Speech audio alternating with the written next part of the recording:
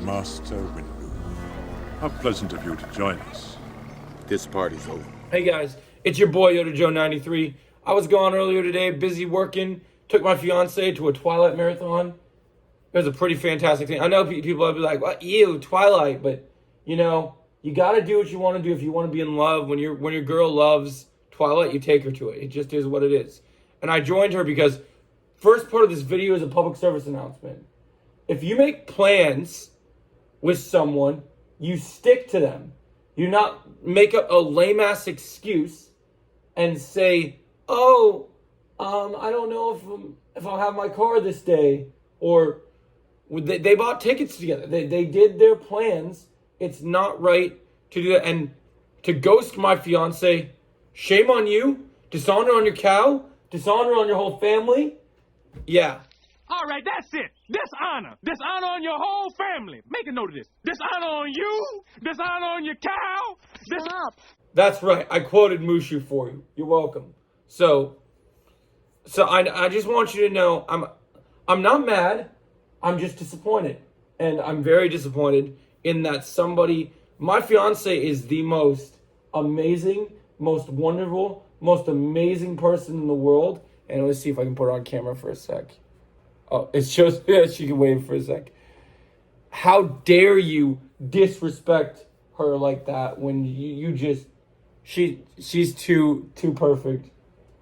She put fingers up.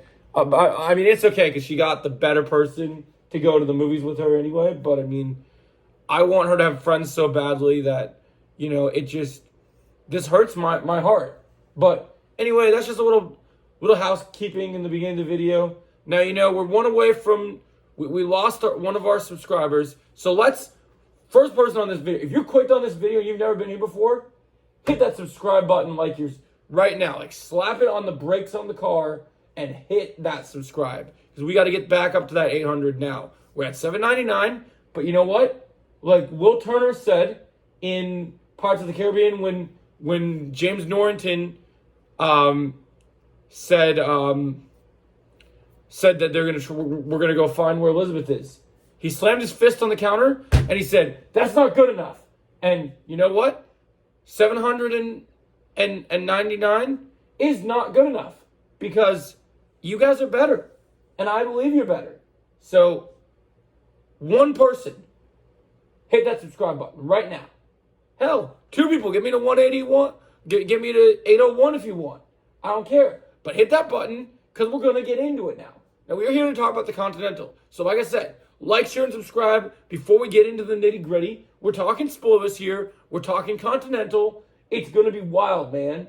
So, before we talk about the episode, I got to talk to you about where I'm at with Continental in the John Wick universe and where I stand with the previous episodes. First episode, great.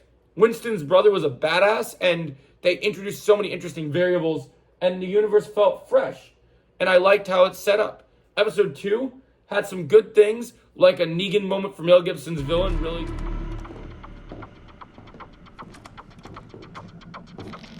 We're at the armory. What's everyone's 20? Yeah, there's AWOL. Lemmy's MIA.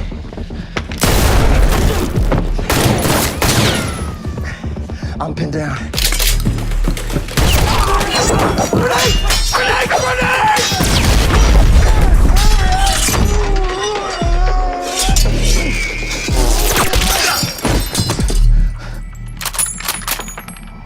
Thanks, Gene. Just being interesting. A great fight scene with the Kung Fu Karate chick, which was fantastic. But it dragged a lot, and it didn't have that stylish flavor that John Wick had. It was missing something. It felt a little wooden. The storyline with Yen and her husband, I didn't really care for as much. Maybe it's because we didn't get a lot of time with them, so it was hard to flesh them out. But I just felt like something was missing, you know. It feels like, you know, Powerpuff Girls had, you know, sugar, spice, and everything nice. These are the ingredients to make a perfect little girl. You know, John Wick, you have the violence. You have the great choreography. It was missing that style. And it's funny because, you know, style, you'd think that would just mean that the men are sharp dressed in the John Wick universe. But we're talking like the neon lights. Like, John Wick makes you feel like you're getting this ultra-violent amazingness, but you also get this, like, feeling like, imagine you're at a rave concert, but it's like the rave is also happening at like a UFC match, right?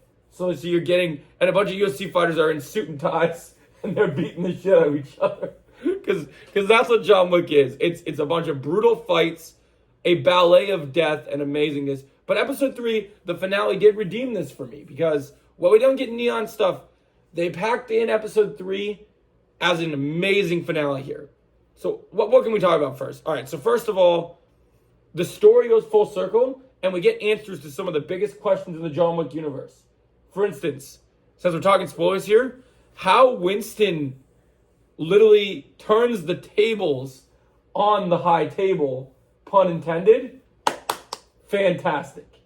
Fantastic.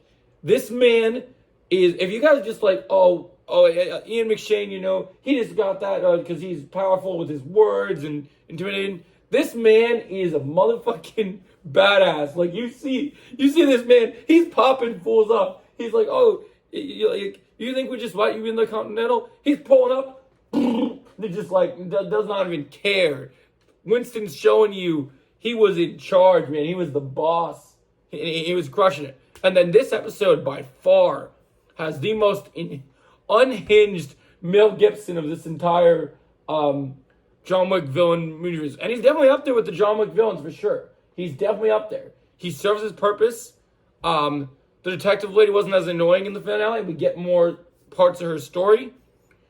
The karate twins, as I call them, the brother and sister in this episode, have this amazing fight scene against Lord Farquaad.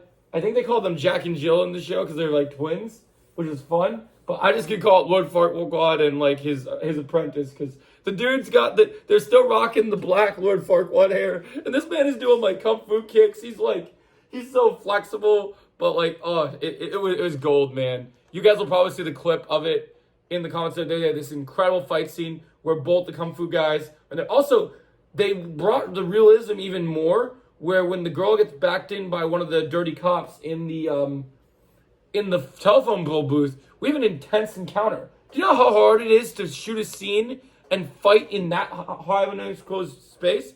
No kicks are gonna work in there. There's no space. But dude, them elbows, man, that just might work.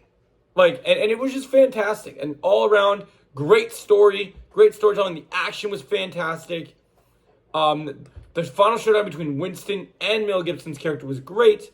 Love what's going on with Sharon. He did great. His final arc was great.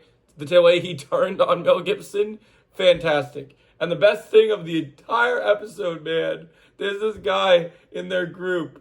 So first we got to meet the guy that was being all nice and didn't want to get involved in the war. He was getting attacked by the chick that makes the excommunicados. So that was cool. Nice little world building, cool action sequence, some good comedy. But the best thing about this entire episode was there's this guy, with the hat. He's the older gentleman. He's been in the game for a long time. He kind of reminded me of Willem Dafoe's character from the first John Wick movie. He's chilling out here in the window with the sniper, making date plans with the lady. He's feeling bad. He's like, I'm sorry I had to take over your space. I really didn't want you to like he's so chill about it. This man is murdering people. And he's like, do you want to go get coffee afterwards? Or go check out this art museum? Fantastic. So anyway, guys, these are my thoughts on the Continental episode 3. I'm going to give it a 9.7 out of 10. It's a near perfect episode. Was the best of the show. I don't know if there'll be a season 2, but I did enjoy this prequel. If you enjoyed my thoughts, please hit the like, share, and subscribe button. If you did not, well then, 800 subscribers. Woo! Have a great day. Woo!